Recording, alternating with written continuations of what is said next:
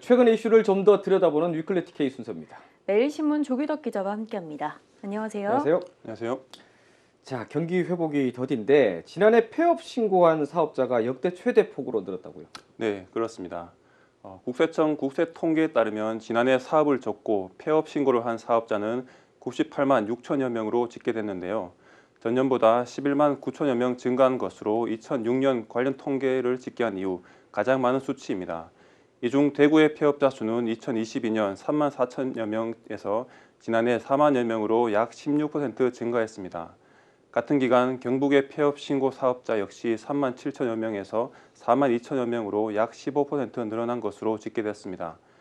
폐업을 결정한 소상공인들이 실업자로 전환하는 속도도 빨라지고 있습니다. 네. 올 상반기 자영업자 출신 실업자는 월 평균 2만 6천여 명으로 1년 전보다 23% 늘었습니다. 23%? 예. 네, 주된 폐업 사유는 어떻게 되나요? 네, 역시 가장 많은 폐업 사유는 사업 부진입니다. 네. 총 48만 2천여 명으로 금융위기 당시인 2007년 이후 역대 두 번째로 많은 수치입니다. 업종별로 보면 소매업 폐업이 27만 6천여 명으로 가장 많았고 서비스업 21만 7천여 명, 음식업 15만 8천여 명 등 내수와 직접적으로 연관된 업종에 타격이 큰 것으로 분석됐습니다. 네. 부동산 임대업, 건설업 등 지난해 경기가 좋지 않았던 부동산 관련 폐업자도 많았습니다. 그나저나 이제 물가는 계속 오르고 또 금리도 오르고요. 또 내수도 부진하고 또 내년에는 또 최저임금까지 오를 텐데 이 소상공인들에 대한 대책들 좀 필요할 것 같습니다. 네, 앞으로도 자영업자의 폐업이 지속될 것으로 보입니다. 네. 고금리와 내수 부진에 이어 내년도 최저임금마저 1.7%의 상승이 예정되어 있어 한계에 부딪힌 자영업자들이 폐업을 선택할 가능성이 높습니다. 네. 따라서 정부가 폐업한 소상공인을 위한 지원책을 강화할 필요가 있습니다. 폐업한 자영업자들이 새 일자리를 찾을 수 있도록 지원하는 등 지속 가능한 대책을 마련하는 데 주력해야 합니다. 경영 컨설팅 지원, 자영업자들의 협업 프로그램 등의 확대도 필요합니다. 네.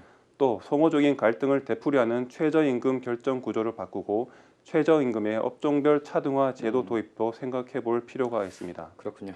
네, 경북 봉화에서 발생한 살충제 음독 의심 사건도 전해주시죠. 네, 지난 2015년 상주에서 발생한 농약 사이다 사건 기억하실 겁니다. 네. 90대 여성이 냉장고에 보관된 사이다에 농약을 주입한 사건이었는데요. 그 사건과 매우 유사합니다. 네. 사건은 지난 15일 봉화의 한 마을에서 발생했습니다. 초복을 맞아 경로당 회원 41명이 식당에서 오리고기를 먹었는데요.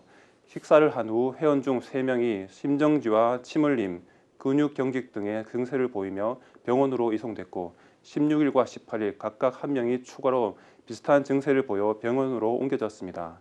피해자들은 60대에서 80대의 여성으로 정밀 검사 결과 위에서 살충제 성분이 검출됐습니다. 자, 경찰도 지금 대대적인 수사 인력을 꾸려서 수사를 진행하고 있는데 자, 살충제 성분이 검출됐다면 어디서 나온 겁니까?